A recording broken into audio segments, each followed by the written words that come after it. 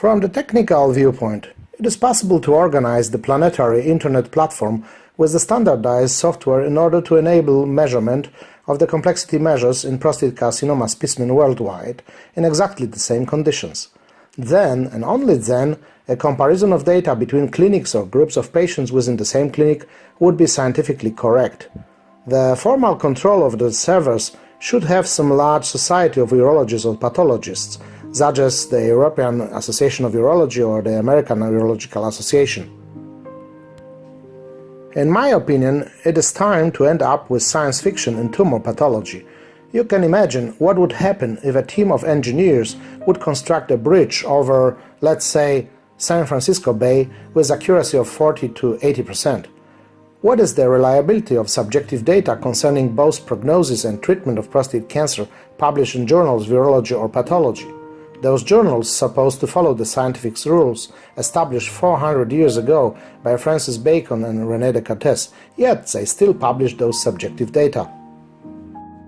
Certainly, the objective evaluation of tumor aggressiveness outlined above is both a challenge and a test if people can cooperate in a constructive way, shifting the frontiers of knowledge and technology for the better future of this planet.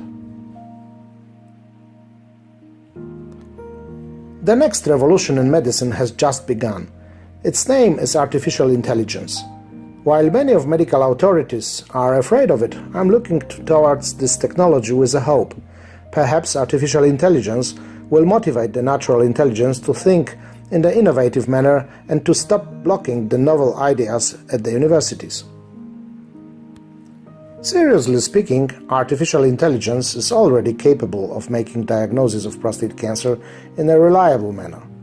The reliable evaluation of tumor aggressiveness will, however, be possible if we find the appropriate quantitative parameters to teach that convoluted neural networks and clearly define what is norm, what is hyperplasia, and what is carcinoma. Since the intra- and inter-observer variability is so large, any approach based on the pattern recognition and deep neural networking must also fail. Since it is impossible to subordinate precisely the definition criteria to the observed patterns, especially if the images represent borderline cases, the network cannot get the information of sufficient quality and therefore is not able to produce the correct results.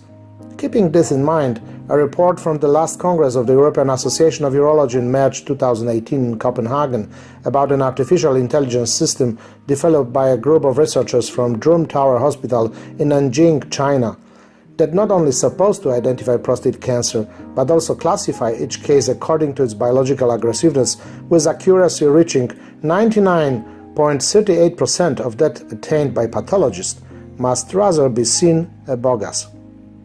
From that perspective, a search for novel parameters that enable quantitative evaluation of tumor aggressiveness, novel algebraic structures, novel mathematical models, especially with the application of the fractal differential equations, quantifying the complex hierarchical interactions between host and cancer, is the most important task for the future.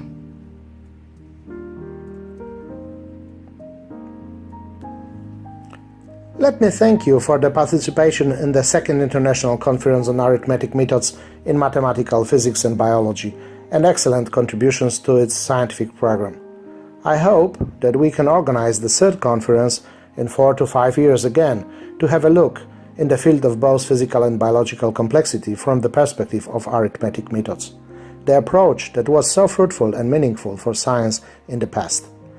We hope we get again a support for this highly interdisciplinary conference from the Polish Academy of Sciences, the main sponsor of this event. We would like to attract attention of the next generation of natural scientists to complexity, as well as stimulate interest of mathematicians in developing novel arithmetic tools that might be applied in research on the complex phenomena.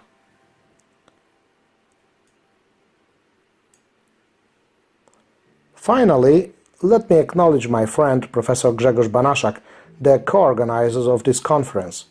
Professor Banaszak is celebrating next month his 60th birthday. This is the right moment to wish him all the best and many novel ideas in the years to come. The last but not least, I'd like to acknowledge Ms. Dorota Bilinkiewicz for her excellent technical help in preparation of this lecture. Thank you very much for your attention. I'm happy to take your questions now. You may also email them at the address provided below.